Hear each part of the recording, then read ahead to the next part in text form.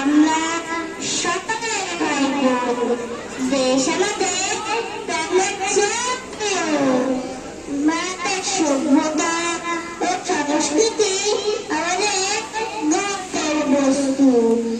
আমরা সর্বদা এক সুলভ উত্তরাধিকারী হবার জন্য সচেষ্ট হব। আমরা আমাদের পিতা মাতা এবং গুরুজনদের শ্রদ্ধা করব এবং সকলের সাথে শিষ্টতাপূর্ণ আচরণ করব। আমরা আমাদের দেশ ও দেশবাসীর প্রতি কর্তব্যপরায়ণ থাকার প্রতিজ্ঞা করছি।